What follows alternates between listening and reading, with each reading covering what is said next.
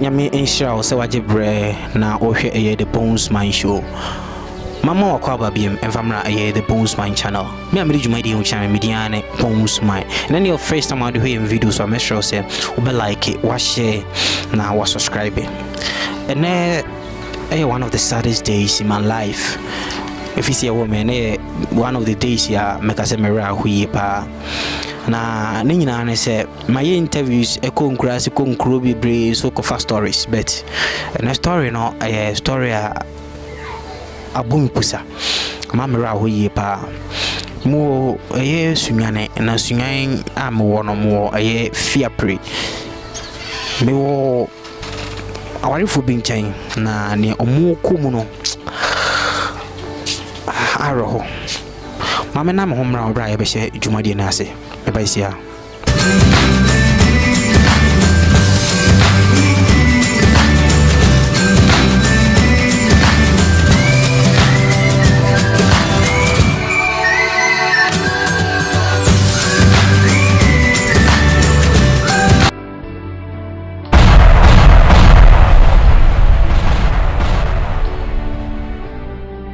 Mama sanso emma akwa babiem emfamra the Bones Mind show. Somebody can your first time I hear videos so make sure say obe like it, wa share na wa subscribe to YouTube. Ko YouTube I search for Bones Man official. Once so ebetimi aka your videos no ebi.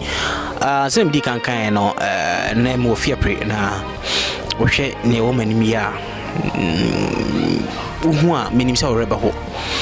Me wo awarefo mienu bi nchen na menim papa net sen Yankopon domo ana kasa mpacho ujin de sen me de Bernard Boahen na sware mpacho woma woma we kan ho mienu nti ubani mpacho ani ede na ye niti no nitini de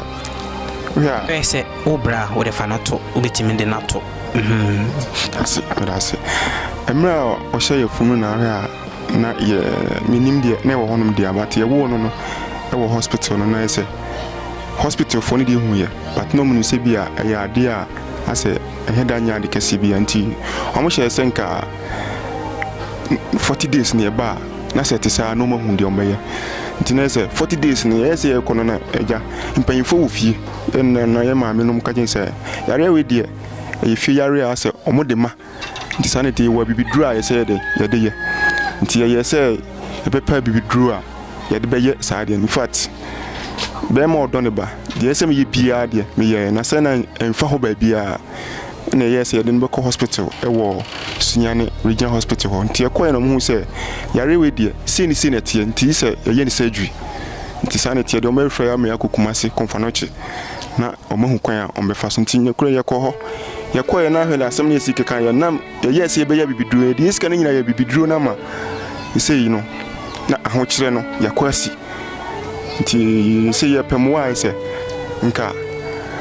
ibetimi aso ade na de ekum ni kwan say ade chi ade se ni nyina na tire ni so ye kese nti wo ha anye se na na te wo so na ni tini so pa ti se so na kura ni se hu ni ntama nka nuru sei nti wo ha asmasa ade chi ekoba ni nyina no tire ni ya na ye kese a si anso anu na ni chine ya yinim de china ibeduru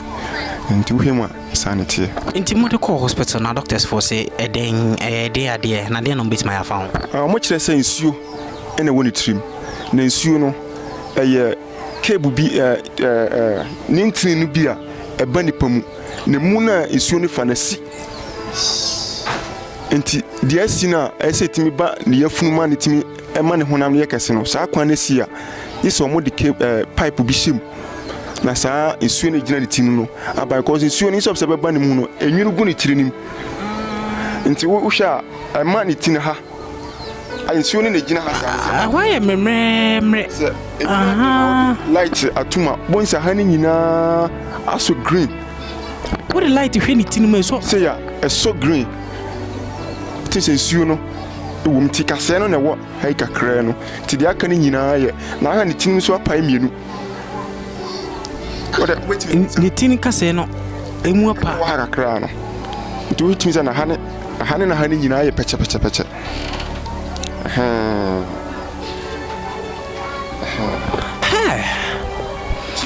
ya sema kat mi nim de meye because say nim say ya ke bia nke bata say adwuma sem call from ntiama asa hoodin na ye de bekono akoyi bibie ho na wa mu we de adwuma me ye boda ko adwuma me ko adwuma na bibia me ko bie adwuma no fire service force ma ko bie no gas filling station the fire service force mo ma me nya adwuma no ntiama asa me sika nyina so na me da ko bie shop no ne say omo hu so mo yimi afiri ho omo ma hu so me tena ho ne say me guso am no mo ka say de aye no akose me sika wonto omo pemis bi na nka adwuma no ntimi hwe mabusia fo ko say no menya adwuma na matimi de akon yare no na we so ye adwuma we hairdresser na wonya bie ni shop na akra ya de yo be da akra hairdresser abusia fo sem di kan no. This is one of the saddest interviews my ever in my life. But you want to say akran wadi mfi say wo hia it's 6 months mo na okoi 6 months to onya afekra na the other then say yetimi ya nanimu ya ne tini we ni nyina no ebeyira ama ne tina nkasa no beye kokoro ase de ye de wo no ase doctors ni kire say bibie ni hono maka achi cause tire no onya nyini say tire ntimi ka ho nti say animu ye nyeskana na omo ye firi ho ne kase ni nyina beji no ama nsuo ni nyina ebe firi ama ebe ka kase na kan sie ni a chese na ne tina ba no ma nti say wo henu a wo yese wo sola na ne tina kana to ho also duru say nkoyese nkowia anka isenke bia ede no besi wo no mansa na oba wia wia ti ama enam we ni ti wunti ni mfa ni si wo no so da ho sa oka skasembi say doctors for simunyes kaba skasena asami doctors for hwe say the scan kasapa kaminya kameba hu beton ye 51 million who sika dada no 5100 you 60 million old gallon debi then for being to so na the year advance and class ye dikan ko ama letter is omo de man yeah me was a letter no ha na me de beto screen so na omo ehwe no so obi pese ohwe na wahwe we o say comfort anoche teaching hospital o say medical report on Jacob Obo's feet 5 months child o say patient was seen with complaint of progressive head enlargement since birth. A diagnosis of communicating hydrocephalus was made to be confirmed by a neuro something scan. Also, patient would benefit from endoscopic third. Na west no so kakra ntimi enkan ni nyina no say patient will be pleased if he could be helped to pay for the cost of the surgical procedure. Please find below the itemized bill. Cost of CT scan 4,400,000 Ghana cedis. Cost of surgical procedure 1,500 Ghana cedis. Old currency 50 million. Cost of peri-op medication or say 1,000 cedis. Now cost of theater and anesthesia and also 2,200 Ghana cedis. Into total cost on say no see who screen is on 5,100 Ghana cedis. 51 million old currency. Dr. Frank Nketia Boache, neurosurgeon, Comfort Anoche Teaching Hospital, Kath. Samria na mombe na mamembisa matimatu afa ho baye na moni de scan ya de beye bibia na obesi ya sikasem na na nika ho de na no de wi abrabo na sia no aye din kakra tuwa wo hwe de asi hwe idi a na senka yensa kan ya na nka anamo ho bia ibetu an yetu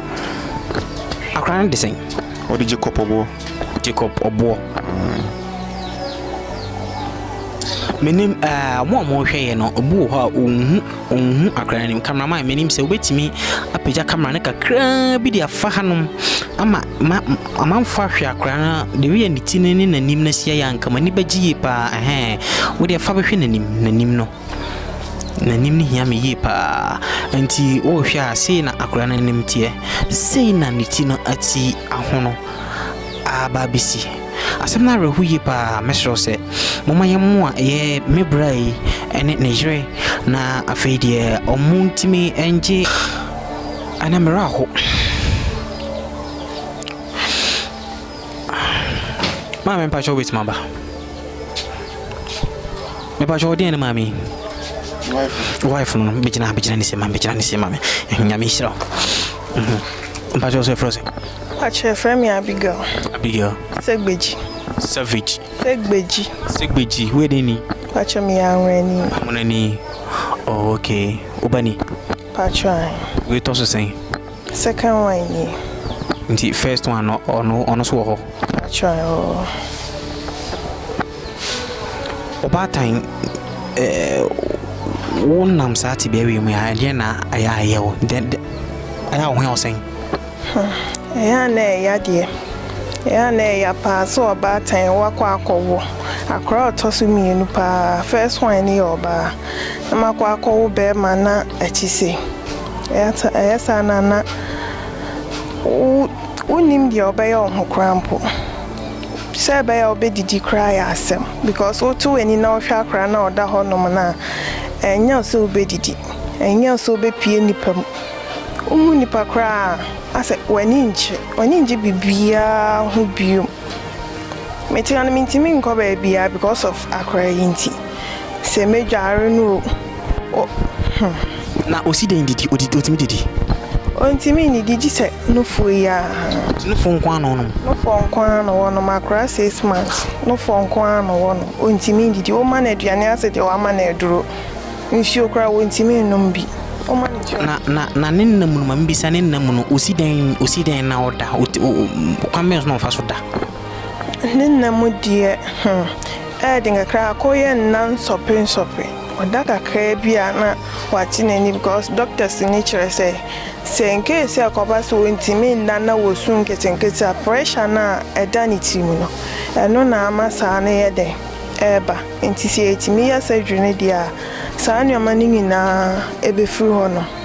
nti na akoye sa like nitini ntino ontimi na ti se die ewo so oda kakra bia na wati nani na wasun kakra akoye se common susu womu su aduane no ontimi ndi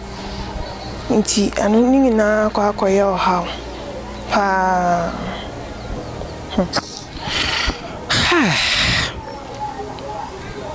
6 months akra na oba panyi no so ono so sie no tiana pacho da bi ono die won ti se oni bibia ya okay wono bibia ya okay wono on die onyare nti mu na isa won nti ana sen ya wono no ya normal na nti 6 months mu na ati mai se free 40 days elkono ahona itine ehya asie ye kesenketenkete nti de enim sa bibidro na na eguso ye It's like 6 months, 40 days, so I could do 3 months in an by free 3 months, 1 up, yes, a year be drawn. Oh, when now 5 months, no, Nanitino, still I am, I can see, and it's 6 months, I can see, son.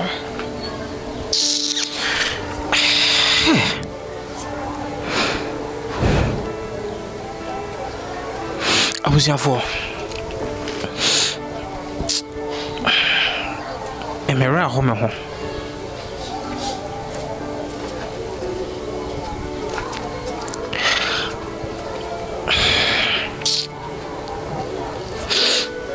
mesre mo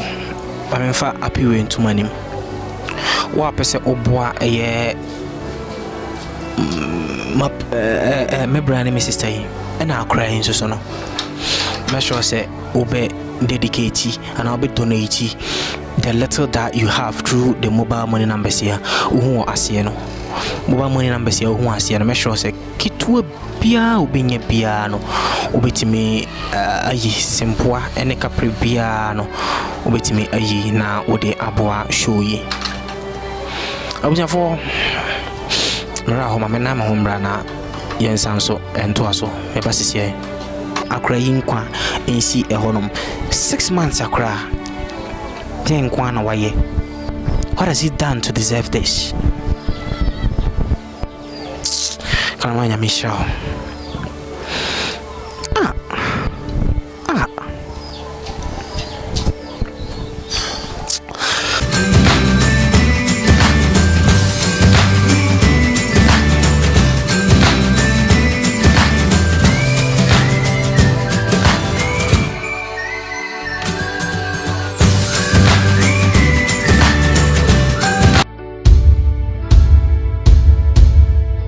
Mama sanso mama akwaba biem emfamra the Bones My Show sinem di kankan no first time ohwe ni make sure say oba like it, wa share na o subscribe to your YouTube channel. Enye we nkwa na first time works ya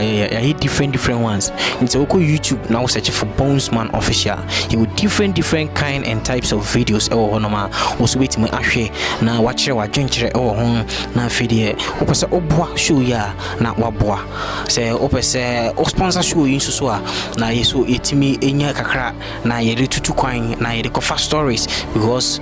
you really classic na fa ye wana woni obi obeka wona asema momo na afide yede aba beto appointing through social media no na ososo mwa wo no wode aboa etime store say opese oboa yen so ya sin product bi kra na wo ton na opese wo ma ye kakra na yeso ye bo product ho da wura wode ba ye be ye ede amao enti obapanyi ni wo ono wo okay nti abusan for se na midi kan no ye ne me bra Bernard ene ni re warefo ina twetwe engomo nti me pese me di dwumade ni nyina ewie mo se doctors for say daben na we say modi skaba ansana daben mo mama deadline deadline deadline dey which is 9th November which is Monday ya na senka na see me drew ho and you me ya pim so a ini de nyankopon be hia bo ya fa kwara ya. Alright, I was for my pese me de jumade ni bisia no na mera ho Njini se menu ipe senka ye be wono na obebresi because oji akra na hu sakra na mu duruye papa akra na mu duruye ti afone mbre mama ye be ko last words or final words there some na be ka hwe ya hwefo asama metimi aka ni se omo hwe tibia ya me ne me ba ye wo mu ya emu onwuma ya kakra nti yesro mo e be so mo se omo moye na wa obeyi wo kapre edi aboa yenso no nyame e be hira opa ose wa obeyi wo kapre wo kakra bi edi aboa na nyame e be hira opa.